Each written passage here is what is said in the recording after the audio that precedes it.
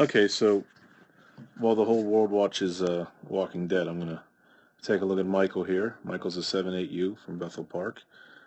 And this is strictly a lower half drill. So imagine, if you will, a line here where we're going to work down here. We're not working on the upper half, we're working down low. Okay?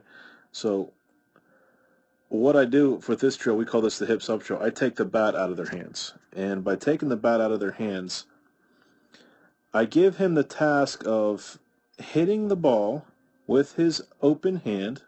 Okay, for Michael, that's going to be his left hand. That's his dominant hand. He's a lefty. And what I'm going to ask him to do is to make sure that no matter what, whether he hits the ball or not, that his hips are going up.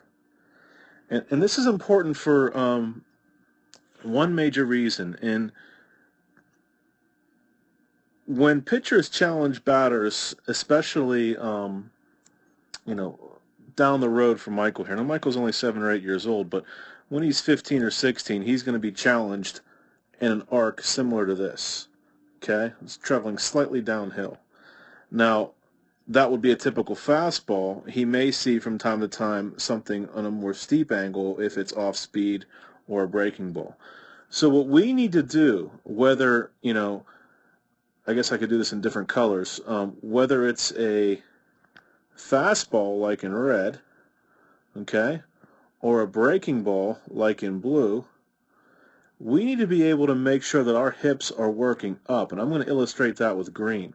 Our hips have to be going up as best we can to at least match the red and do our best to match the blue. Now, it's very difficult to match the blue, but at the very least we have to make sure that our hips are working up so we can at least match the red. If we work our hips down, okay, let me clear this up to make this a little bit more clear. Let's go back to that fastball angle. It's working slightly down. Gravity. Physics. If we work down with our hips, we've got one shot at hitting that ball. But if we work slightly up, and let me start again with the red. If we work slightly up, we have many chances to hit that baseball. Okay? And that's what we're after. But to do that, you have to engage the lower half appropriately. So we start from bare bones and work on getting our hips working uphill. And this drill will help Michael do that. What you're going to see here is that his hips will open and go up. And you see that movement right there. The hips come down and then up as he makes impact. So even though he has no bat in his hands, this is the proper motion we want. Now his feet are open a little bit. He's notorious for, as some coaches would say, stepping in the bucket. But Michael has good posture over the plate, and that's important. He can step in the bucket so long as his head is over his feet towards the plate. And you'll see that here. The other thing we see, which is very clear, is if you take a look at Michael's front foot here, that's going to tell us what Michael's hips are doing. And in this drill, Michael's hips are opening because his foot is rolling. So if I can teach Michael to work up with his hips, then that's going to go a long way to make sure that when he does have a bat in his hand, his lower half is doing what it's supposed to do. And that's why we like this hips up drill. That follow through right there is what we're after. We haven't come up with a name for that yet. We're waiting for Michael or Colton or somebody to come up with a name for that.